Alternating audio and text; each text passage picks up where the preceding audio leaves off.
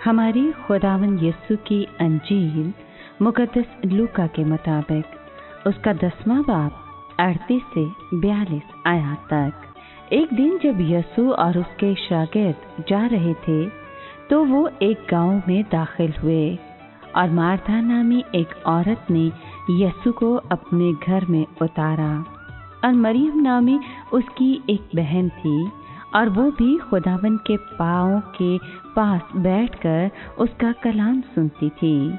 मगर मार्था तरह तरह की खिदमत करने के तरद्दुद में थी। वो ठहर कर कहने लगी, ऐ खुदावन, तू ख्याल नहीं करता कि मेरी बहन ने खिदमत करने को मुझे अकेला छोड़ दिया है। बस उससे कह कि मेरी मदद करे। लेकिन खुदावन ने जवाब में उससे कहा, मार्था, ऐ मार्था, तू बहुत सी बातों के फिक्र तरद्दुद में है, मगर एक ही बात दरकार है। बस मरियम ने अच्छा हिस्सा चुन लिया है जो उससे छीना ना जाएगा। पाक कलाम के पढ़े और सुने जाने पर खुदावंद की बरकत हो, खुदा का शुक्र हो। अजीज दोस्तों, आज के कलाम में हमने सुना कि मसीह यीशु इस बात की कदर करते हैं कि मरियम और मार्था ने उन्हें अपने घर बुलाया, इसलिए वो उन दोनों को जिंदगी बख्श बातें सिखाना चाहते थे। मरियम तो फौरन ही यीशु मसीह के पाँव के पास बैठकर उसका कलाम सुनने लगी, क्योंकि वो अजीम उस्ताद से ज़्यादा सीखना चाहती थी। अगर मार्था दूसरा काम काज छोड़कर मसीह यीशु की बातें पूरी तवज्जो से सुनती तो यकीनन मसीह यीशु उसे भी शाबाश देते। लेकिन मार्था का ध्यान खाना तैयार करने और घर को साफ सुथरा करने में लगा हुआ था, ताकि यीशु मसीह जब तक उनके पास रहें उसका वक्त खुशगवार गुजरे।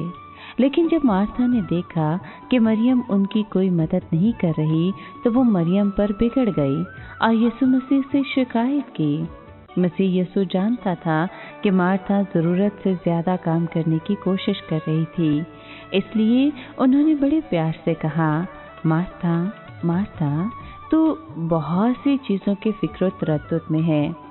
उन्होंने मार्था को ये तजवीज़ दी थी कि वो सिर्फ एक ही खाना तैयार कर ले। फिर उन्होंने मरियम को शाबाश दी क्योंकि वो उनकी बातें बड़े ध्यान से सुन रही थी। यीशु मसीह ने कहा, मरियम ने वो अच्छा हिस्सा चुन लिया है जो उससे छीना ना जाएगा। मरियम गालबन जल्द ही ये भूल गई थी कि उन्होंने उस शाम क्या खाया था, मगर वो उन बातों को कभी नहीं भूलेगी जो उन्होंने उस वक्त मसीह यीशु से सीखी थी। वो ये भी नहीं भूली होगी कि यीशु मसीह ने उन्हें इस बात के लिए दाद दी थी। मसीह यीशु ने न सिर्फ मार्था को बल्कि अपने दूसरे शागिर्दों को भी सिखाया कि वो अपना ध्यान दुनिया की चीज़ों पर ना लगाएं। उन्होंने शागिर्दों को नसीहत की कि उनका ध्यान खुदावंद यीशु और उसकी बादशाहत पर रहे। इस सिलसिले में मसीह यीशु ने खुद एक शानदार मिसाल कायम की कि उन्होंने मालो दौलत को जमा नहीं किया था। उनके पास ना तो अपना घर था और ना ही ज़मीन। मसीह यीशु ने किसी भी वजह से अपनी तवज्जो मुनादी के काम से हटने नहीं दी थी।